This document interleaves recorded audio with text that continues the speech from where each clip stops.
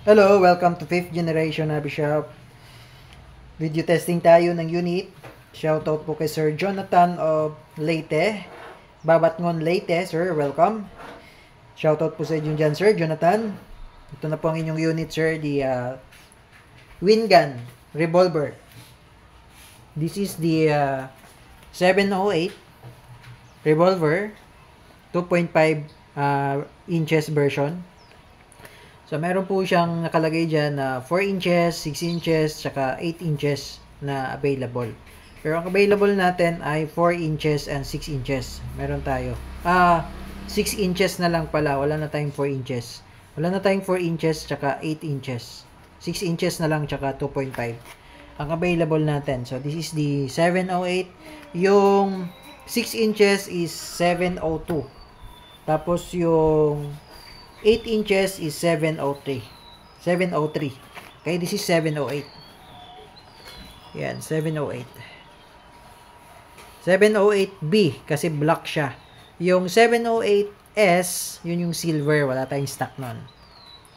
Okay, buksan na natin. So, meron siyang kasamang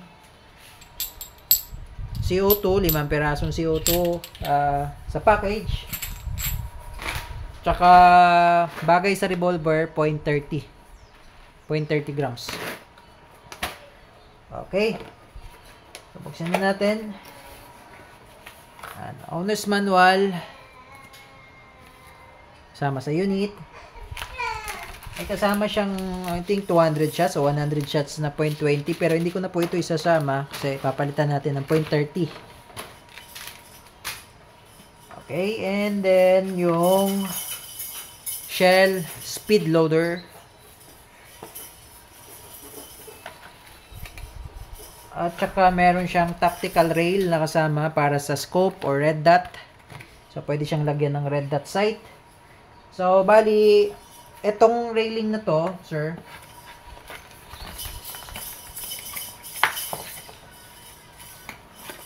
pag ilalagay nyo po sa unit ito yun. Bali, pag ilalagay nyo sa unit yan, yung sight na yan, itong rear, diba, adjustable yan, windage, tapos elevation. Bali, adjust nyo lang yan, matatanggal nyo itong buo, itong rear sight na to. Tapos, meron siyang pin dyan, yan. Yan yung lock dito lock. Sundutin nyo lang yan, hugutin nyo, matatanggal nyo na itong buo. Ingat lang kasi may spring yan dito. Maliit na spring, baka tumalsik po yun. Tapos, pag na-remove nyo na yan, ito yung i-insert nyo. Yan, may railing kasi yan Papasok yan dito. Diyan, sa rail. Yan, papasok siya dyan. Kunwari na, ganyan siya. Yan. Tapos, meron siyang lock kaya meron siyang allen. Kunwari, ganyan siya. Ngayon, pag naka-install na yan dyan, ibabalik nyo yung rear sight. Hanggang dito yan hanggang dyan, hanggang yan. Yan. Tapos, pakita ko lang yung red dot. So, ito yung babagay na red dot dyan. This is the RMR. Yan. Yan yung red dot. So, bali, kunwari, naka-install na siya dito. Tapos, isasalpak nyo lang ganyan. So, para siyang ganyan style.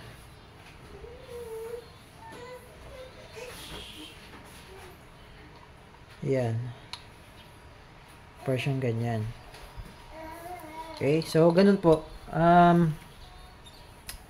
Huwag nyo po ito iwawala, sir. Kailangan nyo siya. Kung maglalagay kayo ng red dot, mga ganitong red dot optic. So, pwede siyang lagyan ng red dot optic. Diba? Yan. Yan. Yan. So, nasisiro po yung red dot na yan. So, diba? Maganda siya pag may red dot. Okay. So, kung gusto nyo pong mag-avail ng red dot, message lang po. Ito po yung unit ni Sir Jonathan. Okay, so bali mayroon siyang safe. Yan, safe. Safe yan. Tapos pag open mo yung bola, push mo lang. Tapos tulak mo lang yung bola. Ito yung shell niya. So, ang tawag po dito, sa mga nagtatanong po, ito po yung shell. Shell cartridge. Okay, ito po yung shell cartridge para sa bala. Ito lalagay yung BBs. Ito naman yung CO2 cartridge. O ito po yung air, yung hangin. Ngayon, dito natin ilalagay yung BBs.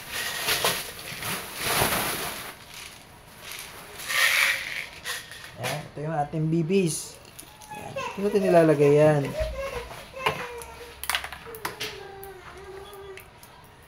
Diyan, 6 shots.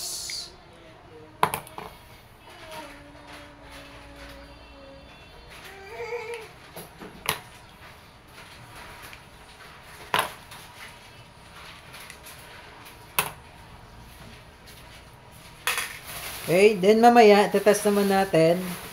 Gagamitan natin siya ng steel BBs. Kayang-kaya ng revolver kasi yung steel BBs. Yung, basta ano lang kasukat lang siya sa ginagamit nating plastic BBs. Pwede naman siya kasi CO2 siya. So, sa mga nagsasabi na masisira daw yung barrel, hindi po masisira yan kasi fit lang naman siya actually. Pag nilagay mo nga dyan yung steel BBs, meron ako steel BBs dito eh. So, ito po yung ating steel BBs. Ito po ay, ang diameter size nito ay 5.95. Kasukat lang din sa ating airsoft plastic BBs yan. 5.95 mm. Yung 6 mm, medyo masikip na eh. Tsaka medyo malaki na. So, ayan yung steel BBs yan. Dumidikit siya sa magnet. Okay? So, bale, yung mga nagsasabi daw masisira daw yung barrel. Actually, hindi. Kasi, dumadaan lang naman po dyan yung steel BBs. Wala naman pong backing yan eh. Wala namang rubber yan eh. Dumadaan lang po dyan yung steel BBs. Tingnan nyo po, ilalagay ko yung steel BBs. Mahuhulog lang siya. Ayan o. Lagay ko po Yun o, nahulog lang siya. So, ibig sabihin,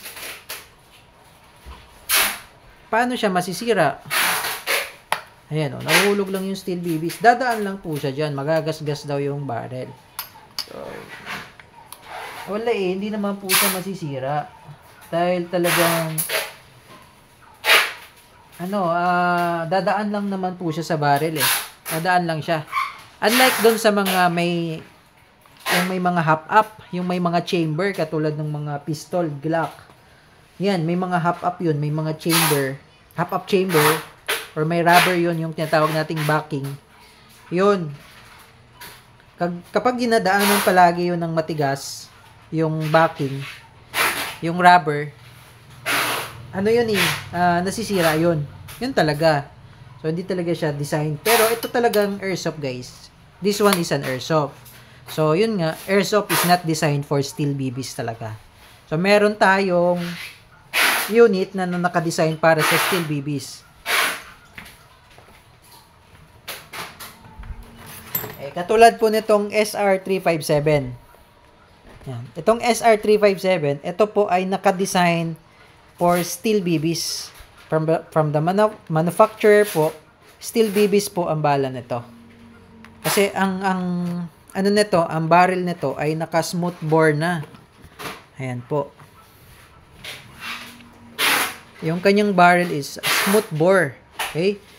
Kung familiar po kayo sa smooth bore, yun po yung ginagamit na barrel mostly sa mga totoong barrel. Kasi yung dumadaan po nun, yung tawag nun, yung bala na dumadaan nun, talagang full metal jacket pa, talagang matitigas. So, kailangan talaga, matigas din yung barrel, no? So, kailangan, matibay din yung barrel. Pero yung airsoft kasi natin, yung barrel niya, hindi ganun katibay. I mean, hindi siya nakadesign for steel BBs talaga. Pero, kung ako naman kasi, kung iisipin ko, kung steel BBs ang gagamitin ko, hindi naman siya masisira. Huwag nyo lang palaging gamitin yung steel BBs. Kumbaga, paminsan-minsan lang natin gamitin yun. Kasi hindi talaga siya nakadesign para sa steel BBs. Unlike dun sa pinakita ko kaninang airgun, yun talaga, steel BBs ang bala nun. Bawal dun ay hindi pwede doon ang plastic BBs. Ang bala lang talaga niya ay steel BBs, yung SR357 na pinakita ko sa inyo. Ito.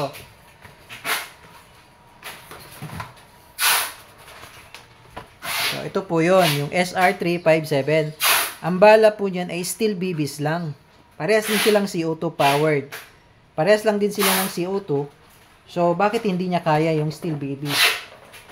So, ang sagot po dyan, kaya niya yung steel BBs. Nga lang, hindi talaga siya nakadesign for steel BBs. Kasi yung bala ng airsoft ay plastic BBs po. Okay. Pero kaya niya yung steel BBs. So, mamaya, titest natin yung steel BBs. Okay? So, yun po. Huwag nyo na lang po palagi gamitin yung steel BBs para sa airsoft natin. Kasi hindi naman talaga siya pang steel BBs. Kaya yun po yung explanation doon sa mga nagtatanong kung pwede ba siyang steel BBs. Okay? So, tandaan nyo po, pag airsoft, ang bala po ay plastic BBs.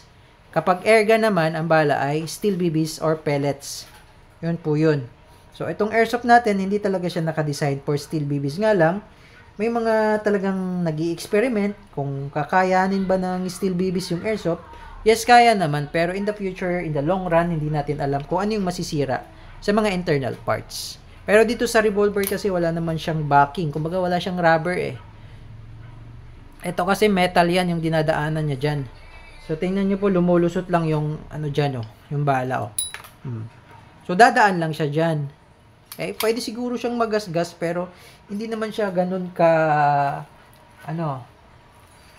Kumbaga hindi naman siya ganun na masisira talaga. Okay? So yun. Testing natin. Dahil nalagyan na natin to ng plastic BBs. Check natin.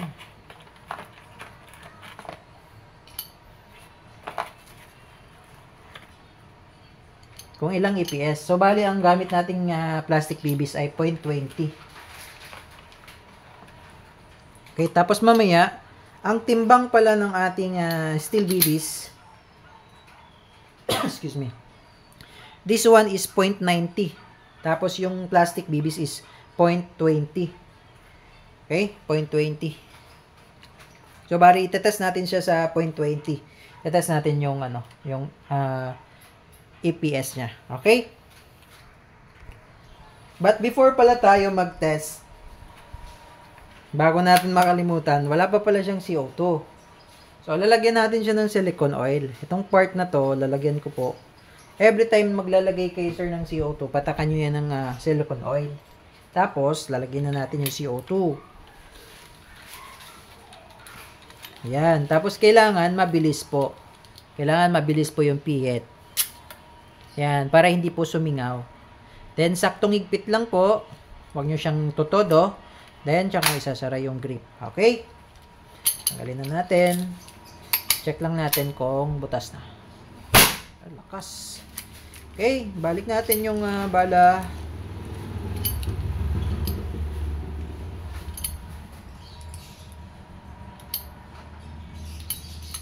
Then, testing tayo. Okay, Sir Jonathan, testing tayo ng inyong WG708 revolver. Single and double action. So, single action muna ang gagamitin natin. Firing. 430.3. Okay, 430.3. Isa pa. 444.4. Ayan. Sa single action po yun. Ngayon, sa double action naman. Pag double action, direkta kalabit na po. 449.0. 463.1, 459.2, 454.9. Okay? Tapos, lagyan natin siya ng steel BBs. So, bali, 0.90 ang bigat nito ng ating steel BBs. 0.90. So, isiset natin siya sa 0.90. Yung diameter, yung weight natin sa ating steel BBs, kasi yung gamit natin kanina. So, kanina, 0.20, nasa 400 plus yung ating EPS. Ngayon, titingnan natin kung ilang EPS kung ang gamit natin ay steel BBs. Okay, ang steel BBs, ang weight ng steel BBs ay 0.90 grams. So, almost 1 gram na siya, no? So, bali, ayan. Sinet natin siya sa 0.90 grams yung mass weight. Tapos, 6 mm pa rin yung gamit nating actually, 5 dapat 5.95. So, set natin sa 5.95 kung meron ba to. So, wala siyang 5.95. So, gawin na lang natin 6 mm. Okay. Yung ating chrono, walang 5.95. Round up na lang natin. So, ang last nating chrono is 454.9 using the 0.20. Ngayon, we're using the 0.90. So, titingnan natin kung ilang EPS. So, ito yung single action. Okay. So, firing. Malakas pa rin. 417.5. 417.5. Sa single action yun. Ngayon, sa double action,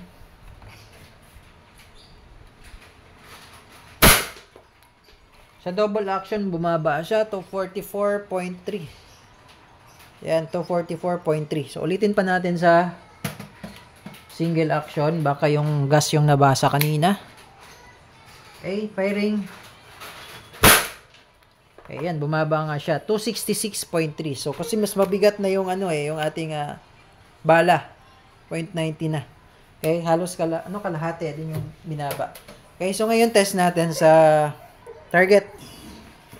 Okay, Sir Jonathan, testing tayo ng iyong unit. This is the WG708 Airsoft Revolver. Pero nilagyan natin siya ng steel BBs. Okay, testing. Double action. Firing. Wow! Wasak! So, yun po. Mas malakas kasi ang impact kapag steel BBs na hindi po yun nagagawa ng plastic BBs. Okay? So, kaya niya po. Hindi po masisira yung barrel nyo. Don't worry. Hindi po masisira yan. Basta wag nyo lang siyang palaging steel BBs ang gamit. Paminsan-minsan lang yung steel BBs. Okay? Kasi nakadesign po talaga siya pang plastic BBs. So, kung gusto nyo yung kaya po 0.30 na yung binigay ko sa inyo. Mas mabigat na po yun. Okay, meron pa namang mas mabigat pa na plastic BBs bukod sa 0.30. Meron pang mas mabigat dyan. Nga lang wala tayo available. Okay, so yun lamang po, Sir Jonathan. Okay na po ang inyong unit. This is the WG Wingun 708 Revolver Airsoft Revolver CO2 powered. Okay, so kung may question po, message lang sa aming Facebook page. Thank you, sir, and have a nice day.